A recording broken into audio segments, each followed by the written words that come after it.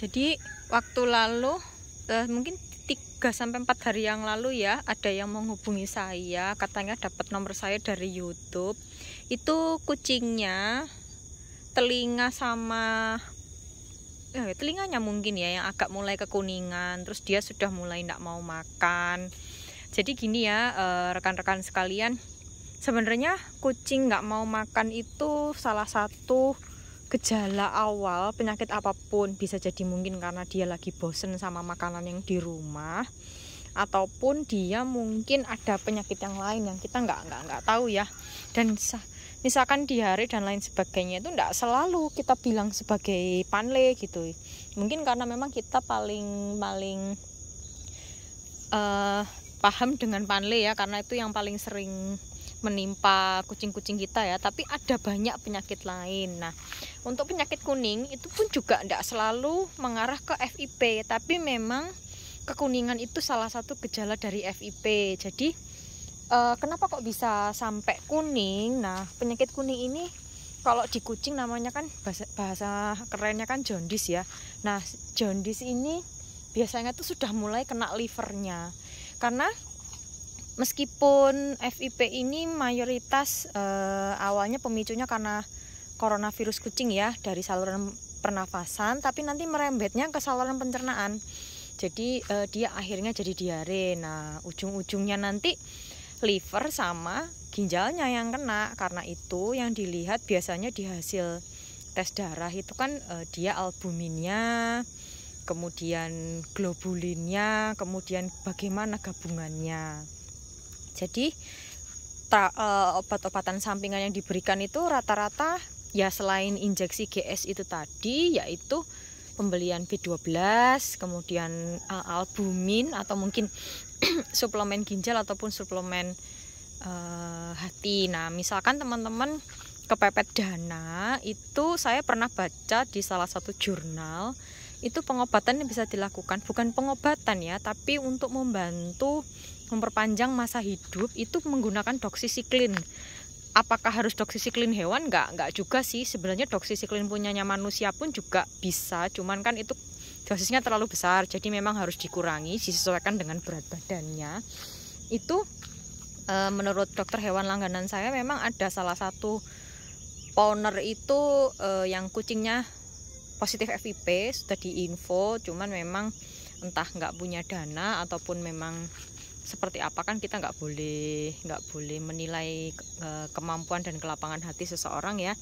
Itu sudah tiap pekan itu selalu order racian doksi ini. Jadi alhamdulillah sih kucingnya masih mau makan. Pokoknya selama intinya dia masih mau makan dan belum kelihatan perutnya itu menggembung atau evosif ini, insya Allah harapan hidupnya masih bisa sampai 2 tahun ya, kayak gitu. Karena memang FIP ini bisa dorman sampai 2 tahun gitu. Jadi berhubung rata-rata kucing saya yang ada di rumah memang belum ada yang di atas 3 tahun, atau mungkin yang sudah di atas 3 tahun kayak Boman ini udah tua, Momon itu juga sepertinya sudah 3-4 tahun. Rata-rata ini masih di bawah 2 tahun semua. Bisa saja mereka ini sebenarnya FIP-nya ada, tapi kondisinya itu belum fatal, jadi masih bisa ditekan lagi. Mungkin yang paling cepat ya kayak yang besar-besar kayak si Pipit ini. Pipit kan perutnya udah bergelambir ya, udah kelihatan besar genjur. Kemudian itu si Umil. Itu si Umil ini juga sudah seperti itu, tapi kalau yang lain kayak Mamas ini masih langsing. Nah, kalau saja ini yang pasti pas kumatnya ini dia kena neural ya, teman-teman. Jadi dia sempat pincang dan nggak tahu pincangnya itu kenapa ya. Kalau gejalanya paling mudah memang ke arah situ ya, kalau kena saraf. Jadi sama kayak si JJ ini, JJ juga jadi pincang. Jadi kalau misalkan kita nggak tahu ada apa kucing terus tiba-tiba dia nggak bisa jalan ataupun tiba-tiba pincang ya, selain dia kena FIP ya bisa saja, atau dia tiba-tiba jadi miring-miring kayak gitu-gitu. Kayak misalnya tuh yang ada di sana jauh itu si Mari itu juga dia agak miring-miring ya. Nah, itu mungkin bisa saja juga diasumsikan dia kena FIP yang neural tadi gitu. Nah, gejala FIP sendiri itu jenisnya ada 4 ya. Jadi ada FIP basah, yang perutnya menggembung, kering itu yang memang paling susah diidentifikasi karena dia nggak kelihatan. Mungkin bisa jadi si anak ini tuh FIP kering juga karena nggak kelihatan ya. Nanti hasil akhirnya, maksudnya kalau sudah stadium akhir kayak kanker tumor gitu ya, dia nanti akan jadi basah menggembung juga. Nah kemudian kalau okular itu mata yang paling mudah dilihat. Biasanya matanya tuh juga memerah, kemudian agak nggak normal matanya. Kalau yang neural itu saraf, jadi bisa jadi jalannya itu sempoyongan, kemudian pincang-pincang. Nah itu untuk terapinya dosisnya akan berbeda ya. Basah tuh yang paling kecil menggunakan 6 mg per kilogram, kemudian yang kering itu 8 mili. Untuk okularnya itu juga masuk ke 10 sama seperti ke neural.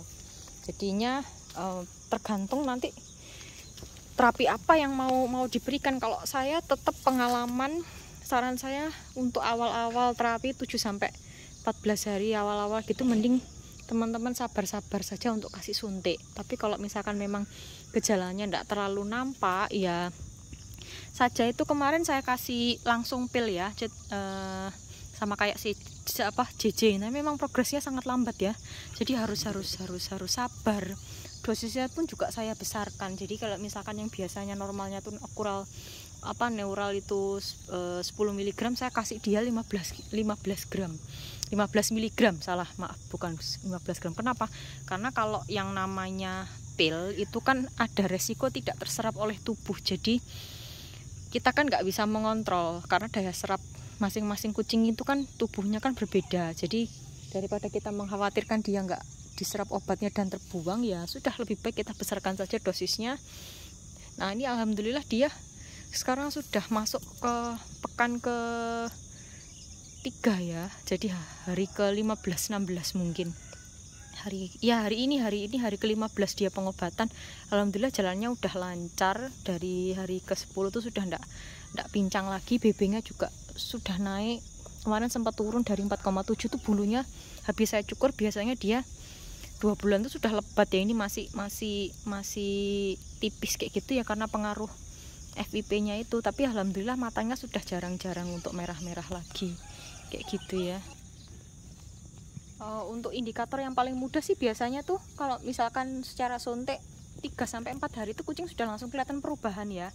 Tapi kalau misalkan sampai dengan 2 pekan terapi belum ada perubahan ya mungkin memang sudah terlalu parah ya kondisinya. Karena si Saja ini untuk yang terapi yang pertama kali dulu, dia itu sampai sebulan itu tuh masih sering demam dia masih sering demam, kemudian sering muntah.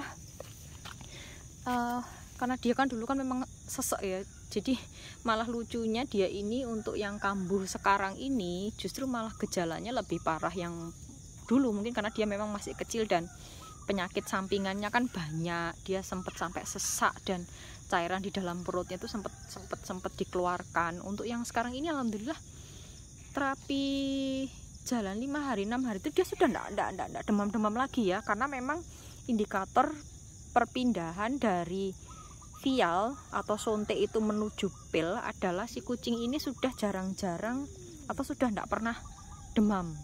Sudah enggak demam, pupnya sudah bagus, kemudian dia sudah enggak ada muntah. Nah, itu boleh dipindah ke pil ya. Nah, ini kalau ini si Pipit ini malah harus balik ke suntik lagi.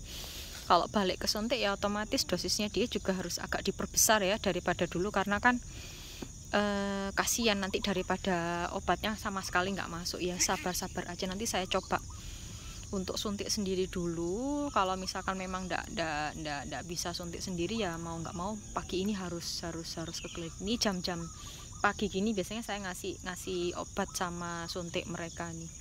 Gitu aja ya rekan-rekan sekalian.